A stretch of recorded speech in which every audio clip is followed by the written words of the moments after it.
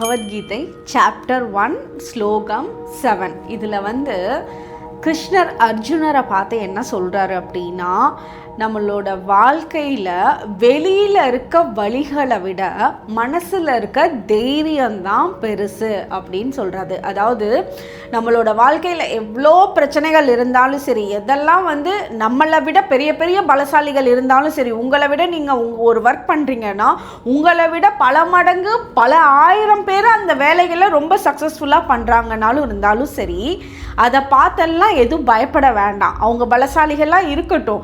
ஆனால் இதை பார்த்து பயப்படாமல் உங்களோட மனசில் உண்மையான தைரியத்தை கொண்டுட்டு வந்தீங்க அப்படின்னா உங்களோட வேலைகளை நீங்கள் சிறப்பாக செய்வீங்க.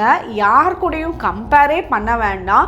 ஏன்னா உங்களுக்குள்ள ஒரு ஆசை வருது ஒரு விஷயத்தில் அப்படின்னா அதுக்குண்டான வலிமையும் சேர்ந்து தான் கடவுள் நமக்கு கொடுத்துருப்பாரு.